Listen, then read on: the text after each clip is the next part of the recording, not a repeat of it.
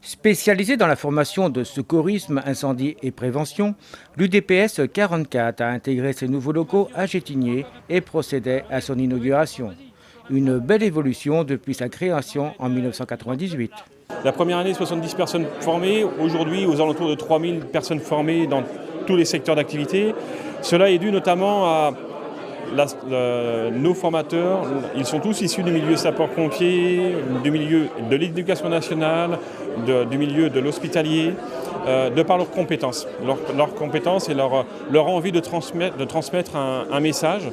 Et ça se cède de bouche à oreille. Notre site de l'UDPS aussi nous apporte beaucoup de demandes. Et c'est ce qui fait qu'au fil des années, on augmente la qualité de nos formations et de manière induite le nombre de personnes formées. Combien de personnes avez-vous comme formateurs ?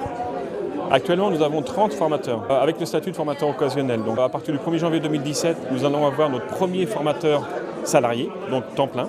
Voilà. Et dans le courant 2018, par là, notre deuxième formateur plein temps, pareil. En termes d'évolution aussi, en termes de projet, ils sont là au titre de 3.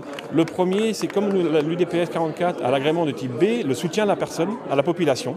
Voilà, tout va tourner autour. Donc le premier projet, c'est d'aller voir le SAMU social, le secours populaire, pour faire exactement la même chose que nos collègues de Paris, qu'on voit un peu partout, quelle que soit la structure, c'est de faire des maraudes, proposer de faire des maraudes pour aller voir les plus démunis.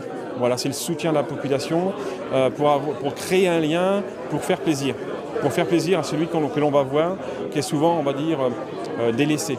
Voilà. Donc ça, c'est le premier projet. Le deuxième projet, c'est de continuer l'évolution des dispositifs prévisionnels de secours. Voilà.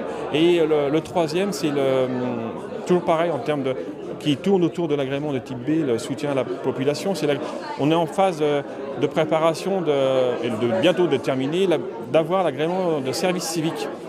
Voilà, d'aider quelqu'un qui a envie de travailler dans le milieu associatif pour découvrir ce que l'on fait et pourquoi pas lui faire susciter une vocation. Voilà, donc cela passe par un dossier d'agrément, service civique.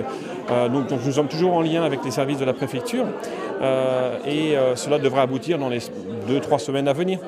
On est très fiers d'accueillir effectivement à Gétigné l'UDPS 44. Alors une fierté mais qui est liée simplement à une vitrine extraordinaire pour un enjeu et des missions essentielles sur la sécurité des biens et des personnes. Donc c'est avant tout ça qui est important, c'est d'accueillir une association qui joue un rôle essentiel dans la prévention, la formation, l'information des particuliers, mais surtout des entreprises, des associations et des collectivités. Donc voilà, la boucle est bouclée. En tant que collectivité, est-ce qu'il y aurait des possibilités de travailler avec des gens comme l'UDPS, notamment tout ce qui touche la santé ?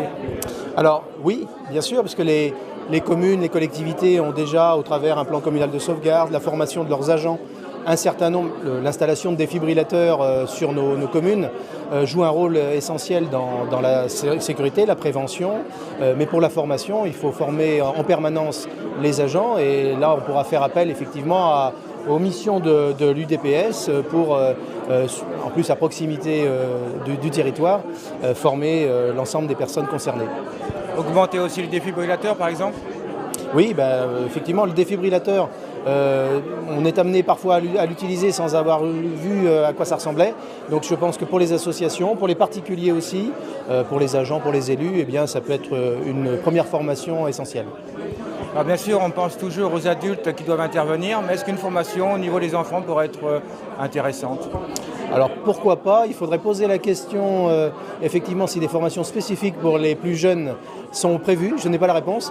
En revanche, effectivement, pour les encadrants, ça va sans dire. Et pourquoi pas, effectivement, les premiers réflexes pour les plus jeunes. Voilà une idée, un projet à soumettre à l'association.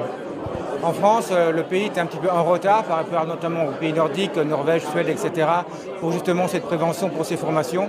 Est-ce que vous pensez qu'on doit améliorer en France ou est-ce que ça suffit comme c'est actuellement ?